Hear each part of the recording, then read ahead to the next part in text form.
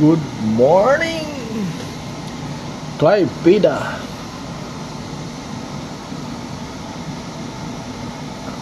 Dito na kami sa drifting area.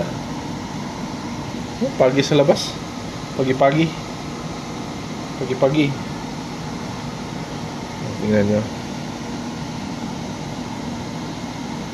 Pagi-pagi.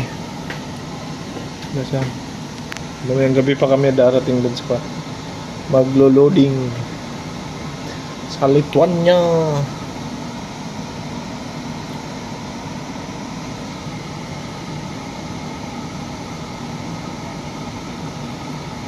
Pagi talaga.